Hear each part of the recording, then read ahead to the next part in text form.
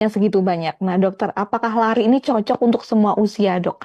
Dan kondisi kesehatan. Nah, jika tidak, siapa yang sebaiknya lebih berhati-hati ketika olahraga lari, dokter? Baik, Mbak. Jadi memang kalau dilihat dari usia ya, memang sekarang tuh lari tuh dari segala macam usia di ini ya banyak yang ngelakuin. Cuma kita lihat-lihat dulu.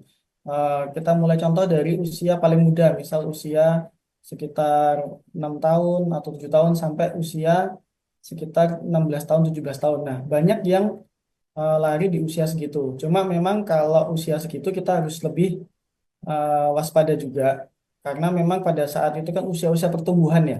Usia pertumbuhan kita edukasi ke pasien yang anak-anak seperti itu larinya ya sesuai dengan kemampuannya. Jangan sampai lari yang berlebihan sampai kilometernya sampai jauh atau seperti lari maraton atau yang berlebihan yang tidak terlatih dengan baik karena faktor usia yang masih muda berhubungan dengan pertumbuhan tulang juga, pertumbuhan dari otot juga. Jadi kalau usia muda sebaiknya jangan terlalu jauh larinya secukupnya.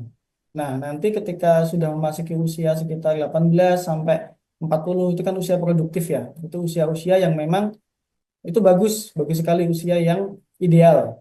Jadi mau lari kencang, lari yang memang rutin atau yang harus dilakukan dengan apa? Teratur itu tidak masalah dengan usia segitu.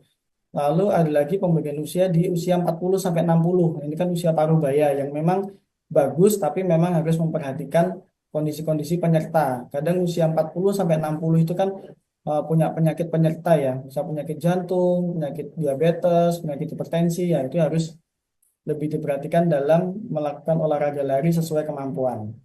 Nah, kalau usia di atas 60 tahun, lansia.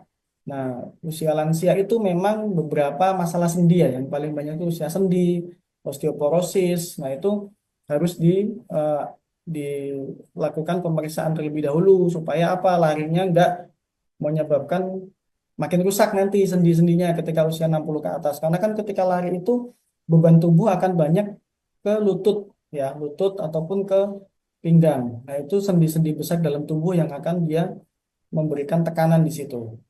Nah, untuk yang apa kasus khusus biasanya pasien dengan penyakit jantung yang belum stabil ya seperti gagal jantung nah, atau angina yang tidak stabil itu harus lebih waspada lagi. Selain itu pada pasien diabetes juga mesti hati-hati karena komplikasinya bisa ke neuropati atau retinopati. Nah, neuropati itu kadang kan pasien merasa kakinya kesemutan atau kakinya nyeri-nyeri. Nah, itu harus diperhatikan lagi dan di bawah pengawasan dari dokternya. Gitu. Jadi untuk kelompok-kelompok usia yang tadi, yang riskan tadi ya, lansia, penyakit jantung, diabetes, itu aktivitas aerobiknya disarankan yang lebih rendah, Mbak, yang dampaknya seperti jalan cepat, atau berenang, atau sepeda statis, itu lebih dianjurkan. Kalaupun lari ya minimal jalan cepat dulu lah, kalau memang eh, tidak terlalu berbahaya. Gitu, Mbak. Download Tribun X sekarang. Menghadirkan lokal menjadi Indonesia.